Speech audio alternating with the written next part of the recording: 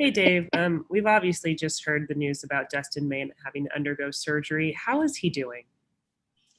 Um, Emotionally kind of like obviously down. When you hear the kind of the ultimate decision outcome as far as having to have surgery, it's obviously very disappointing. So he's handling like a pro, wants to figure out what's the next step after surgery and kind of attack it that way. But yeah, I think disappointed certainly.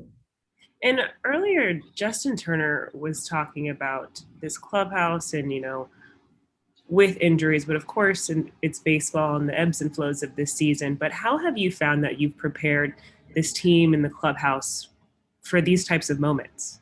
I think it's every year there's always obstacles, injuries, and so we've seen it. It's you feel for the players that you're missing, but as a team, you still have to move forward. And it's not to be insensitive to the guys that go down or miss time, but it's kind of the mindset that we have to continue to move forward and win baseball games. So our guys are well versed, and we don't make excuses. No one's going to feel sorry for us. So I think that's kind of built into the culture, and we've got a lot of good players. Thanks, Dave. Yep. Next question's from Dave Essay. Go ahead. Dave, I know you've been giving your starters extra days rest, but leading up to Dustin's last start, was he feeling anything? Were you aware of anything that may have been a warning sign to him? No. I mean, I think that if there was a warning sign, then we would have pivoted. He threw the baseball well. His side work was really good. Before the start, Mark said he warmed up well. So there's just sometimes things happen. And tonight, it'll be the first time you guys see Jock Peterson in a different uniform. Do you think that'll be strange for his former teammates? Yeah, I do. Jock has a really good relationship with those guys.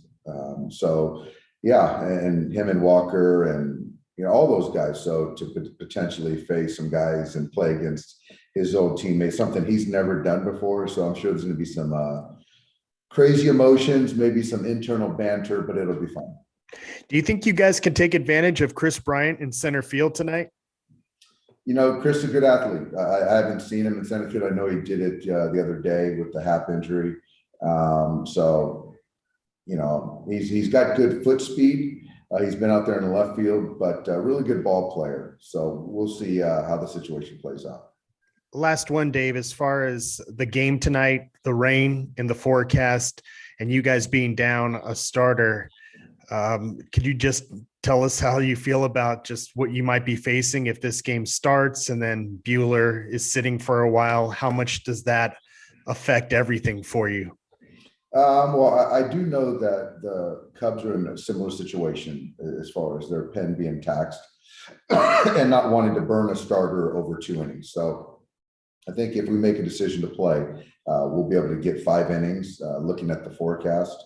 And if we don't, then we'll reset tomorrow and play a split doubleheader tomorrow. So I'm preparing to play. Our guys are preparing to play. But whatever happens, we'll be able to kind of read and react. You kind of feel like you'll start this game? Right now, I just think that's the mind we need to have. Okay. Thanks, Dave. Thanks, Dave. Next question is from Mark Castillo. Go ahead. Dave, I know we talked about it the other day in terms of, you guys might not need a 5th starter for a bit here. Is that still the plan to go with 4 until that 3rd off day? And then between that and Gonsolin maybe being ready, who are the options?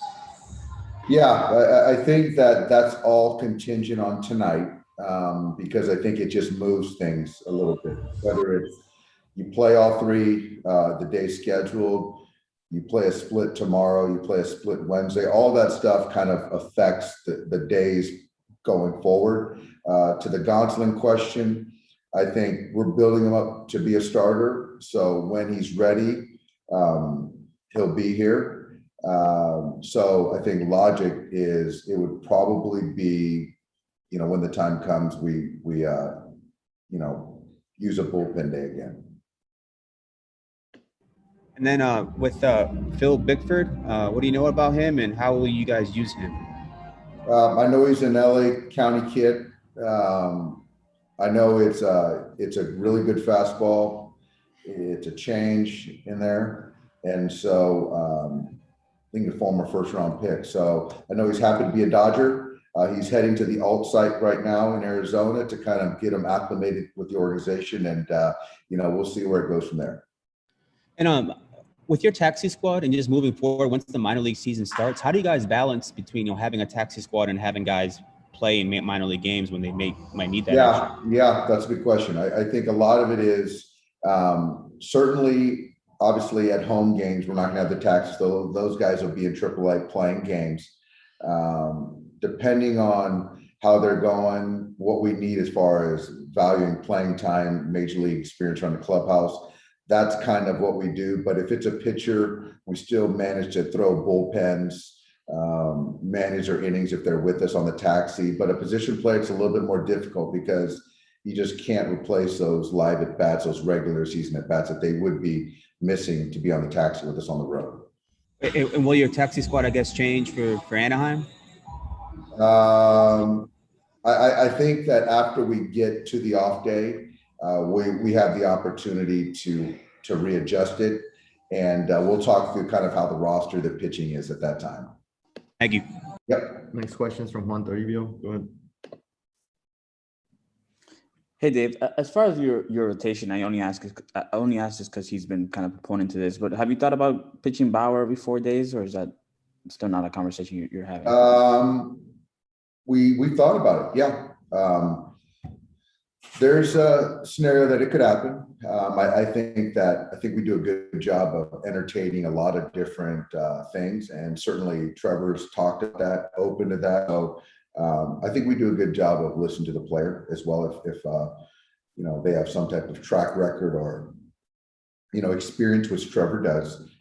So yeah, we're gonna talk through it, and once we kind of deal with this weather and the games and what days we play or don't play, we'll have a little bit more clarity on that. What do you think he's so open about wanting to pitch every 4 days? He's just very in tune with his body and how his body. Where his body is at on that 4th day, and from his data, it's optimum for him to do that. He hasn't done it consistently. I think he's only done it a few times, but from what I've heard from him, he's fared well. So yeah, I mean, that's kind of the driver. And Trevor's an outside of the box thinker, so he's competitive with the league himself and his body, and so that's something that he's always kind of kicked around. How's Brewstar feeling the last couple of days?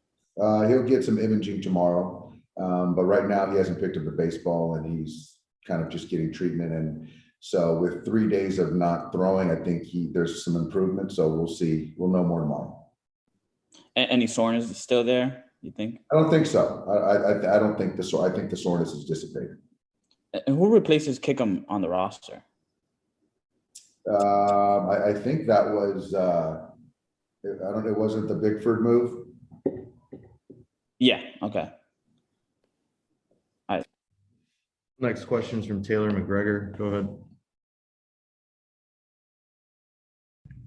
Hi, Dave. Good to see you. I know you can't see me, but I wanted to pop.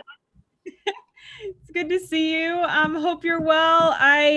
David Ross has talked a ton about you and just the impact that you have had on his career. He said you've been one of the most influential to him. So I'm curious, what do you remember about a young David Rossi, early 2000s, and kind of how has your relationship evolved over the years? Yeah, I never thought or could imagine people calling him Papa Ross, Papa Rossi, or whatever the heck they call him. Grandpa Rossi? Grandpa Rossi.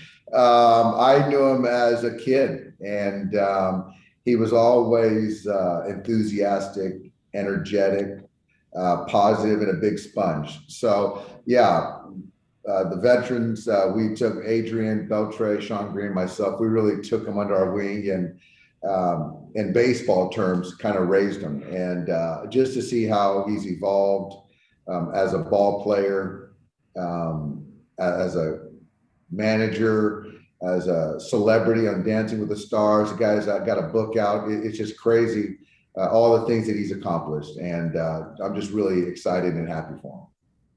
I know all the managers across baseball, it's kind of a fraternity. So what was it like for you when he kind of joined that fraternity, and have you had conversations with him over the course of the last couple of years? I have. And it's a small fraternity, and we look out for each other. There's a lot of things that, he's asked about certain things, but there's some trade secrets that you want to kind of not divulge everything, because we are competitors. But he's got a good group of coaches, and Jed Hoyer and I are really good friends. So he's a part of a great organization, great people. So he's going to have success, and obviously the players adore him, love him, respect him. So that's a huge thing. But I think for me, just to have a friend of mine that's another manager that I'm really close to, just really satisfying. Awesome. Thanks, Dave. All right, Taylor. Next question is from Alden Gonzalez. Go ahead. Hey, Dave. Losing Dustin, how big a blow is this for what you guys hope to accomplish this year? Yeah, I mean, you never want to lose anyone for the season. Certainly a player like Dustin, who was taking the ball every fifth day and logging valuable innings. And so I feel for him most important, but for our ball club, it's a big blow. But we got a lot of talented players, and we just got to find a way to fill that void. And in what ways, Dave, had you maybe seen him take another step in his development this year? And given that, does it make the news a little bit more difficult? Well, certainly to work backward when you're developing, and now you get the year cut short, that impacts development. And so what Dustin has done is he's just matured more as a major league ball player. His work in between starts has been way more focused, way more consistent. There's a routine in there, and he's been pitching really well. So to not be able to kind of build on that is very unfortunate. But right now, his next course of action is to get back on the field throwing a baseball, and I'm sure he'll dominate that, and we'll pick up where we left off. Thanks, Dave. Next question is from JP Hornstra. Go ahead. Hey, Dave, just to clarify, Dustin had the MRI this morning, right? Yes, he did. That decision came somewhat quickly. Was it like a full tear or a partial tear, or just otherwise just really clear cut? I don't know, JP. I just know it's pretty clear cut that a decision for surgery was obviously made. So that should be pretty telling. Okay. Yeah. Last one for me. And Matt Beatty had a heck of a game yesterday. Any thought to putting him in the lineup today? Yeah, Matt had a heck of a day, and it was great. But I think that the thing for our club and for Matt to impact our club, I think, is to get periodic starts to keep him sharp and to be that valuable bat off the bench. Max Muncy, I don't think there's any question who our first baseman is, so that was an off day for him to get him back in there tonight. And AJ Pollock has been swinging the bat really well. So my plan is to get Matty in there tomorrow, certainly if we play a game tonight. Got time for one more. Go ahead, Eric.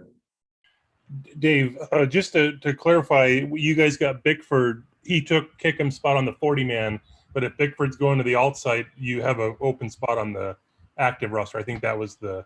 Yeah, on the active roster. Yeah, the active roster, we're planning on having James Pazos here. James Pazos, okay. And then the other thing, you mentioned Gonsolin, getting stretched out. But in the interim, if you have to do a bullpen game, if Gonsolin's at a point, whenever that bullpen game is, where he's like 2 to 3 innings, would you consider him to start a bullpen game at that point, or does it? I don't know, Eric. I think that's kind of, there's a lot, and this is a one-off conversation for you and I, but if you think through it, throwing the 2 innings or the 3 innings or whatever as a starter, then you're down. So then you're kind of one guy short to the next start. So it just doesn't always make as much sense as it might seem, if that's fair. Thanks, Dave. Thanks.